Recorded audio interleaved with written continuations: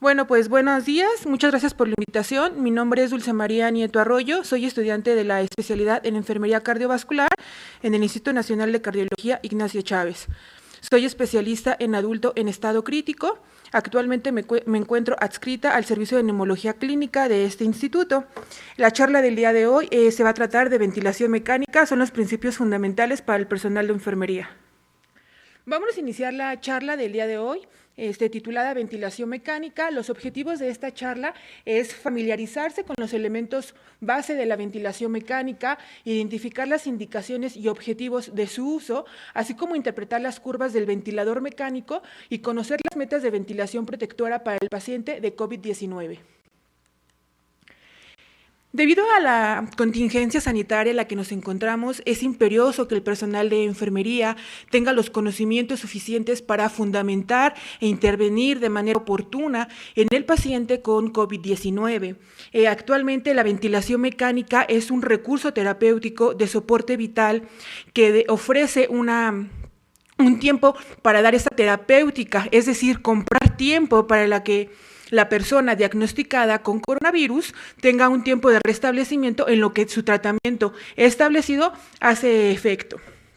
Bien, la ventilación mecánica pues mejora la sobrevida de estos pacientes, sobre todo los que se encuentran en estado crítico y que están sufriendo una insuficiencia respiratoria aguda. Las indicaciones para ventilación mecánica son puntuales. Paciente que requiere intubación endotraqueal, es decir, alguna cánula orotraqueal a través de la tráquea, es debido a que se debe corregir la obstrucción de la vía aérea superior, facilita la higiene bronquial y permite una conexión al ventilador mecánico. Paciente con intubación endotraqueal es subsecuente que va a tener una ventilación mecánica. La ventilación mecánica, sus indicaciones tienen una frecuencia respiratoria por arriba de 35, tiene una capacidad vital por debajo de 10 mililitros kilogramo y tiene una ventilación mecánica reducida. El intercambio gaseoso se puede ver alterado. Podemos hablar de una regla de los 50, es decir, una PCO2 por arriba de 50, con una PA2 por debajo de 50, aportando un FiO2 superior al 50%. Dentro de las indicaciones clínicas en la valoración inicial de nuestros pacientes, podríamos hablar de una falla en la ventilación alveolar con insuficiencia respiratoria tipo 2, es decir, el CO2 se encuentra arriba de 50, que era lo que comentaba en la regla. La hipertensión endocraniana se puede ver comprometida, puede ir a aumento, tiene una hipoxemia severa tipo 1, esta se va a ver refractaria, aumento del trabajo respiratorio que conlleva una inestabilidad hemodinámica, tórax inestable y va a permitir la sedación y relajación muscular para aquellos pacientes que requieren manejo de ventilación sin ser necesariamente el factor principal de origen respiratorio. Específicamente en un artículo publicado el 14 de mayo del presente año, publican especificaciones concretas para la intubación endotraqueal en pacientes con COVID-19, como puede ser en aquellos pacientes que se encuentra obstruida la vía aérea, en los pacientes en los que presentan signos de tórax inestable o de insuficiencia respiratoria en aumento, hipoxia refractaria, hipercapnia que te puede conllevar a la acidemia y tienes una encefalopatía o puedes tener criterios para tener esta neuroprotección, por así decirlo. Las condiciones adicionales, pues vamos a ver si tenemos un deterioro clínico significativo que va a ir en aumento, una intubación endotraqueal de manera anticipada, vamos a ver si el paciente tiene inestabilidad hemodinámica que lo está comprometiendo. Y queda como pregunta al aire saber si la intubación orotraqueal en este tipo de pacientes sirve para control de la infección. Dentro de los objetivos de la ventilación mecánica son principalmente tres. Uno es evitar el excesivo trabajo respiratorio, favorecer el intercambio de gases y mejorar la mecánica ventilatoria. Podremos tener dos incisos. Dentro de los objetivos A están los objetivos fisiológicos, en donde tenemos dar un soporte al intercambio pulmonar, que es la ventilación alveolar, mejorar o corregir una PCO2 o el pH y una oxigenación arterial, que lo podemos ver a través de la saturación o la presión arterial de oxígeno. Podemos aumentar el volumen pulmonar a través de mejorar la capacidad residual funcional, reducir o manipular el trabajo respiratorio, es decir, poner en reposo los músculos respiratorios que te están llevando a una disociación toracoabdominal. Dentro de los objetivos clínicos, revertir la hipoxemia que me puede quedar esas alteraciones fisiológicas, mejorar el estrés respiratorio, evitar la fatiga muscular, permitir la sedación o bloqueo neuromuscular, permitiendo así un acoplamiento con la ventilación mecánica, disminuir el consumo de oxígeno sistémico a una manera de tener una invernación pulmonar y disminuir la presión intracraneana. Bien, entrando un poco ya a lo que es en materia, vamos a hablar un poco de ventilador mecánico. Es importante hacerles una aclaración, el ventilador mecánico no es un respirador. ¿Y por qué no es un respirador? Porque no hace intercambio de gases, es decir, solamente el operador va a programar presiones, flujos, volúmenes y las va a emitir hacia el pulmón. Para hablar de respiradores tendríamos que tener algo que realice un intercambio gaseoso, como es una oxigenación por membrana extracorpórea, conocido ECMO.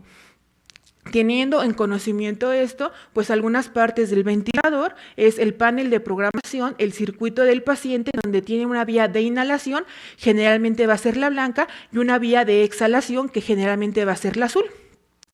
La vía inhalatoria va a estar conectada a un sistema de humificación activa. Este es importante, por así decirlo, sería suplir la función de la nariz, que es tener una temperatura y una humedad adecuada de ese aire que le va a entrar a la vía aérea del paciente, pues para que las secreciones se mantengan fluidificadas o simplemente no causas lesiones por sequedad.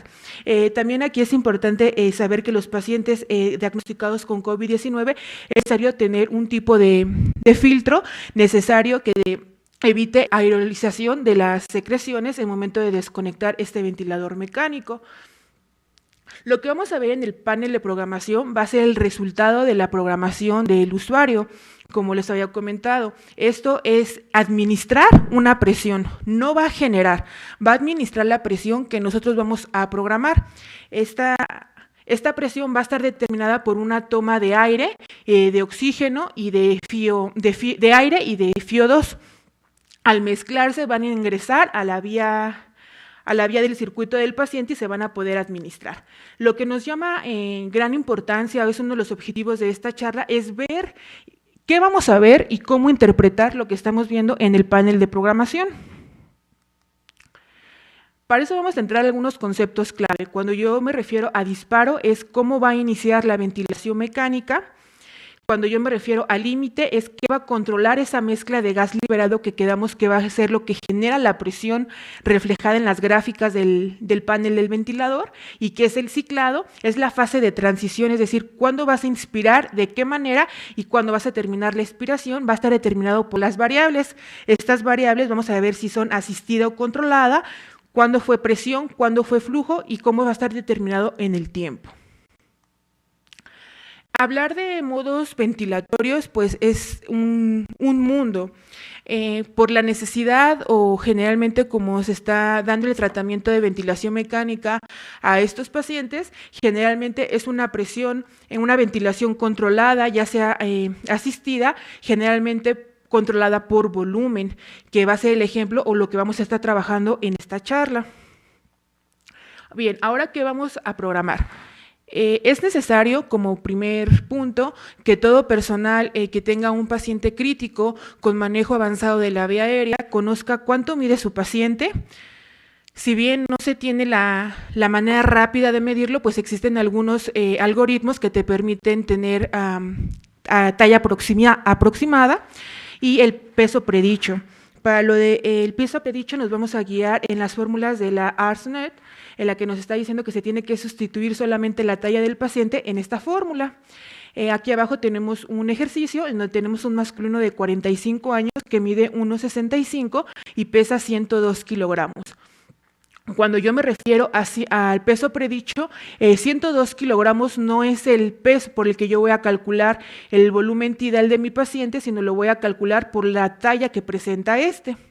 Regresando un poco a las variables a programar, sabemos que el volumen tidal se va a programar de 6 a 8 mililitros por peso predicho, el PIB de 5 a 8, siempre y cuando nuestro índice de masa corporal se encuentre por arriba de 10, se va a iniciar con una PIB por arriba de 10 centímetros de agua. La FiO2 se va a titular con la meta de mantener saturación entre 88 y 94%. La frecuencia respiratoria nos vamos a ir a los parámetros más fisiológicos. Esta se puede adecuar para controlar el valor de la presión parcial de dióxido de carbono. Es importante mencionar que en los pacientes críticos lo que se evalúa es el pH más allá de la presión parcial de CO2. Esto porque existe un término llamado hipercapnia permisiva, que si bien no está estandarizado el rango por el cual se puede mantener, lo que nos está realmente llamando la atención es el pH. Entonces, muchas veces cuando nosotros queremos modificar la frecuencia respiratoria de manera inmediata para dar una solución rápida a estas cifras, pues nos puede llevar a una parábola de perjudicar más a nuestro paciente. Y la relación IE, que esta se va a ver determinada, lo ideal o fisiológico es que sea el 50% extra a una inspiración, es decir, en este ejemplo que tenemos 1-2, en 1 de inspiración vamos a tener el doble de tiempo para la expiración. Regresando al ejemplo de peso predicho, nos quedamos con nuestro masculino era de 102 kilogramos, sustituyendo la talla en la fórmula que les comenté, nos da el resultado que el volumen tidal calculado por 6, como lo menciona acá, me da a 381.06 de volumen tidal, calculándolo por 7 me da 444 y calculándolo por 8 me da 580. Esto es importante saber y tenerlo en mente al iniciar una jornada laboral, porque yo puedo jugar con estas variables al yo querer manejar o modificar algunos rangos gasométricos. Si mi paciente puede estar aumentando las presiones o quisiera mejorar la saturación, yo podría jugar con la variable, es decir, me puedo ir de 6 a la variable de 8. Y bien, aquí tenemos la pantalla de un ventilador. Esto ya empieza a tornarse un poco más complicado porque no es simplemente ver el parámetro del FiO2, que generalmente muchas veces lo que nos llama la atención. Saber el FiO2 es saber cuánto está dependiendo para mantener oxigenación el paciente y verlo reflejado en el monitor, pero siempre lo ideal pues es tenerlo reflejado en una gasometría. ¿Por qué? Porque pues hay muchas interrogantes o algunas vertientes que se muestran a que la saturación que estoy viendo reflejada en el monitor no sale real a mi paciente. El simple hecho, poniendo un ejemplo, paciente con aminas en dosis ya infraterapéuticas, pues eso te lleva a un proceso de isquemia, una mala irrigación en los dedos y pues eso te puede dar ya sesgos en el censo de esa saturación, la disminución de hemoglobina, la alteración del rayo infrarrojo, etcétera, nos puede dar falsos positivos. Entonces, lo ideal no es guiarte siempre por una saturación del monitor, sino por unas cifras gasométricas. Bueno, regresando, tenemos 3 curvas, la curva de presión-tiempo, flujo-tiempo y volumen-tiempo. Es importante mencionar que también podríamos interpretar a algunos grafos que son llamados lazos, sin embargo, pues no compiten al tema de hoy, que son principios básicos de ventilación mecánica. Empezamos con la primera curva. Esta curva la vamos a ver sobre el eje de las Y's, vamos a ver reflejada la presión y sobre el tiempo, el eje de las X, vamos a ver reflejado el tiempo. Sobre el eje de las Y's, la presión, y sobre el eje de las X vamos a ver reflejado el tiempo. ¿Para qué tiene importancia esta curva? Yo les voy a dar 3 datos importantes, sin embargo, tiene algunas mucho más importancia o algunas otras variables que podemos determinar a través de esta curva. De manera inmediata podemos identificar el modo ventilatorio, el esfuerzo del paciente y los problemas de obstrucción. Analizando un poco esta gráfica, si se fijan, no llega a la basal de 0, es decir, este parámetro que tenemos es la PIP, que es la presión positiva al final de la expiración, que puede estar programada. Quedamos que va a ser de 5 a 8, o un paciente con índice de masa corporal por arriba de 40 va a estar programada por arriba de 10. Es por ello que no llega a la basal de 0. Supongamos que este paciente tiene una PIP programada de 12, por lo tanto está iniciando este tiempo inspiratorio o esta inspiración en esta cifra. Tenemos un tiempo inspiratorio en donde llegas a la presión máxima donde ya metiste el volumen programado. A eso le vamos a llamar presión pico o presión máxima. Al momento en el que yo hago una pausa inspiratoria de manera manual en el ventilador, me va a dar algo que se llama presión plato. La diferencia entre mi presión pico y mi presión plato me va a dar una cifra. Es importante, pero no la vamos a ver aquí. Solamente quédense con que existe una cifra e es importante. De igual manera, hay una diferencia entre la presión pico y la presión transpulmonar que se encuentra, que también es importante y la van a ver más adelante para mantener metas de ventilación protectora. Lo que queremos saber o lo que quiero que se les quede aquí es que la presión pico, la presión máxima, no debe estar superior al 35 centímetros de agua. Al momento de yo realizar una expiración, vamos a regresar no a la línea basal porque tenemos la PEP que está manteniendo el reclutamiento alveolar. Si se fijan, también nuestra curva llama la atención que está dividida en dos. El tiempo inspiratorio, es decir, lo que estoy tardando en llegar a mi presión pico, y va a empezar el declive hasta mi tiempo expiratorio, en donde la curva está perdiendo altura, por así decirlo. Ahora bien, ¿cómo voy a identificar el modo ventilatorio en la curva presión-tiempo? Cuando yo tenga una ventilación programada por volumen, va a estar en forma triangular. La parte de color verde me está marcando la inspiración, mientras que la parte de color amarillo me está marcando la expiración. Cuando yo tenga una curva en aleta de tiburón, que así es mencionada, o cuadrática, tengo una ventilación controlada por presión. En el segundo punto de importancia que les pongo en la curva presión-tiempo es identificar el esfuerzo del paciente.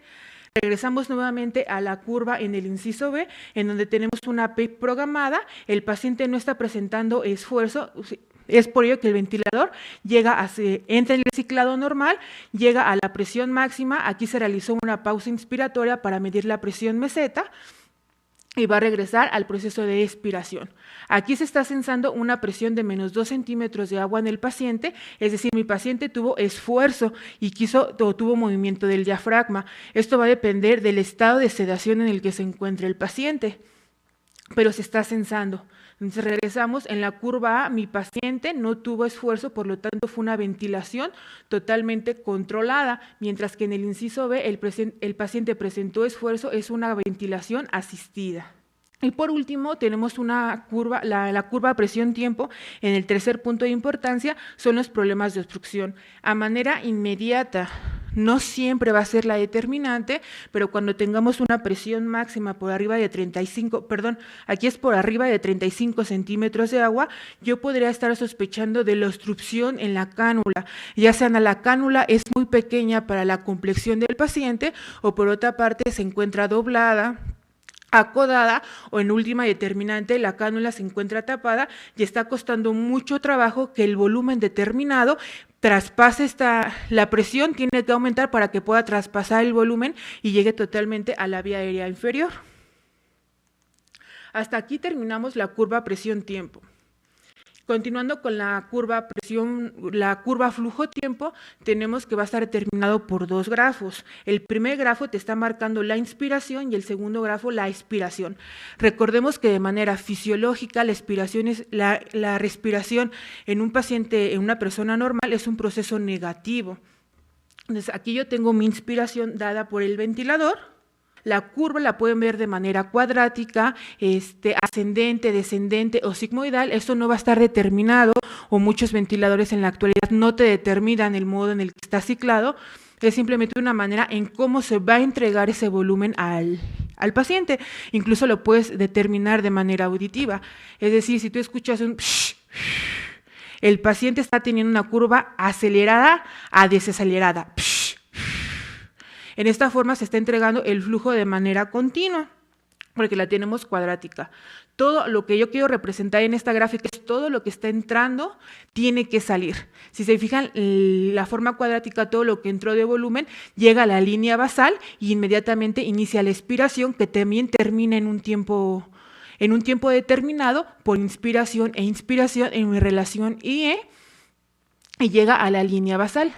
Esto es lo que les comentaba de las formas en las que se entrega el flujo, y lo que aquí es importante es saber que quizá en nuestra curva me puede estar marcando un tiempo inspiratorio insuficiente, es decir, me estoy quedando corta en la programación es saber, no estoy entregando todo lo que el volumen que estaba determinado para este paciente, y antes de que inicie el proceso de expiración, antes de que termine de exhalar todo lo que se encontraba en la cavidad pulmonar, él ya está iniciando el proceso de exhalación. Aquí lo vemos en esta línea punteada, en donde se ve desregulada a la curva que me está presentando el ventilador. En la curva volumen-tiempo es saber qué le estoy entregando al paciente. Vamos a poner un ejemplo. Todos aquí tenemos diferente talla. Si yo insuflar un globo con una sola bocanada de aire, mi globo podrá quedar grande. Sin embargo, si yo pongo a inflar ese mismo globo a un niño de 5 años, el globo va a quedar chico porque no es el mismo volumen que se le está dando. Por eso tú ya calculaste tu volumen tidal. Entonces, nuestro paciente, de la misma manera, todo lo que ven dentro imaginen que todo lo que está dentro de esta curva es volumen. El globo de aquí se está inflando a lo que tú calculaste, al 6, al 7 o al 8 de la constante. Tenemos un volumen circulante inspirado y un volumen circulante expirado. El problema de aquí es saber, bueno, yo estoy inspirando, estoy entregando un volumen, pero ese volumen no está saliendo en su totalidad. Cuando la curva no llega a la línea basal, podemos hablar de que existe una fuga aérea. La interrogante aquí es saber dónde está quedando ese aire. Puede haber varios lugares o varias circunstancias que te pueden llevar a esta fuga de aire. Lo que podríamos determinar de manera rápida el personal de enfermería, inmediatamente sospechar de dos cosas: revisar nuestro circuito desde el momento del ensamblaje de la línea de inhalación y de exhalación, inmediatamente seguir de manera visual toda la línea de conexión y saber si toda la tabuladora se encuentra perfectamente ajustada. De ser así, nos vamos al segundo paso, que podamos ver si nuestro CUF se encuentra insuflado. El CUF es el globito que se encuentra anexado a la cánula orotraqueal, que está en color azul. Este debe de estar insuflado para evitar esta fuga de aire. También se podría sospechar que el paciente no se encuentra con la cánula de Rush bien colocada, es decir, nuestro paciente tuvo una extubación fortuita. Solamente aquí para recalcar, pues aquí estamos viendo gráficamente la curva de volumen-tiempo, en donde tienes una inspiración y tienes una expiración. Las dos están llegando a la línea basal. En la segunda curva tenemos una inspiración, una expiración, pero se está quedando una fuga de aire porque no está llegando a la línea basal de manera inmediata. Solamente para mencionar algún algoritmo de manejo de la ventilación mecánica en pacientes con COVID-19, vamos a realizar lo que les había comentado, un volumen corriente calculado por 6 por el peso predicho. En dado caso, puedes recurrir a la disminución de este con una meta de protección ultraprotección pulmonar calculada a 4, siempre y cuando mantengas estas metas. El PIP que les había comentado que se debe de programar de acuerdo al índice de masa corporal, aquí tenemos por arriba de 40, le corresponde a 10, la frecuencia respiratoria que nos podríamos ir a lo fisiológico y una fórmula para tener un PSO2 adecuado, la relación I10 y el FiO2 para mantener saturación de 88 a 94%. Y finalmente, como la mayoría de los pacientes que encontramos en nuestro instituto o a nivel hospitalario, pues presentan un grado de obesidad importante, en este tipo de pacientes aumenta la complejidad de la ventilación, sobre todo si se encuentran en posición de cúbito prono. Si este paciente cumple con criterios para esta terapia de cúbito prono, las metas de ventilación protectora quedarían igual, una ventilación volumen tidal calculado de 4 a 6, si se fijan aquí nos estamos yendo hasta ventilación ultraprotectora, ya no estamos ocupando ni 7 ni 8, un FiO2 por debajo de 60% siempre y cuando estemos cumpliendo nuestras metas de oxigenación, una PIP inicial por arriba de 12 porque ya estamos asegurando igual de manera visual que tiene un índice de masa por arriba de 40, y una presión meseta de 27. De manera gráfica, solamente recordar que este sería nuestro punto máximo, que tiene que estar por debajo de 35, nuestra presión meseta por debajo de 27, por debajo de 30, lo ideal por debajo de 27, el peso predicho que se debe de estar calculando en nuestros pacientes, y pues aquí solamente saber si nuestro paciente en qué está calculado, 6 o 7, o si lo puedo llevar a ventilación ultraprotectora, y si se puede estar reduciendo el PIB. Es importante que ustedes sepan que hay terapias para disminuir el PIB y otras terapias para aumentar el PIB. Generalmente en este tipo de pacientes se está hablando que tienen una PIB elevada, y eso lo que mayor importancia tiene, no solamente es verlo en el ventilador, PIB de 14, PIB de 16, y que te comente que ese paciente no se puede movilizar o que ese paciente tiene que tener mayor cuidado. Inmediatamente nuestros ojos se deben de ir a la valoración cardiovascular, es decir, una PIB elevada disminuye el gasto cardíaco por disminución del retorno venoso. Entonces nos tenemos que ir a buscar datos de disminución de bajo gasto cardíaco en estos pacientes, y sobre todo saber datos de volemia ideal. De manera inmediata es una forma de corregirlo, saber que nuestro paciente no es tipo volémico ni tiene disminución de líquidos, pero también la evidencia nos muestra que tiene mayor mortalidad aquel paciente que se encuentra en estado hipervolémico y que tuvimos una reanimación hídrica bastante agresiva. Entonces los invito a que combinen la ventilación mecánica con datos clínicos y con intervenciones de enfermería óptimas. Conjugando las dos o tratando de tener estos conocimientos básicos, yo deseo que cambie la manera en que ven el ventilador, ven las curvas y las interpretan. Considero que es fácil intervenir en ese tipo de pacientes, sobre todo si nos encontramos en la primera línea de defensa. Hay que impactar y hay que impactar bien en estos pacientes. Dentro de las metas, en un artículo publicado el 15 de mayo, por Rubén Pérez y colaboradores, nos menciona que dentro de las metas para el manejo integral de estos pacientes encontramos el neumotaponamiento del tubo orotraqueal.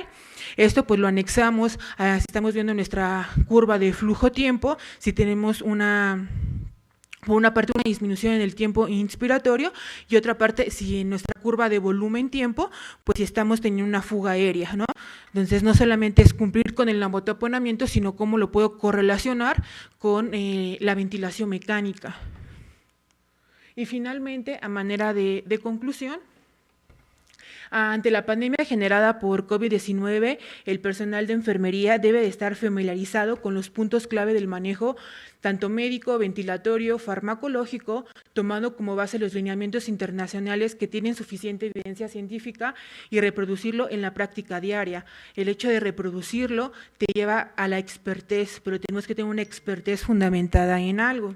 Y tenemos que determinar el impacto en la supervivencia de este tipo de pacientes.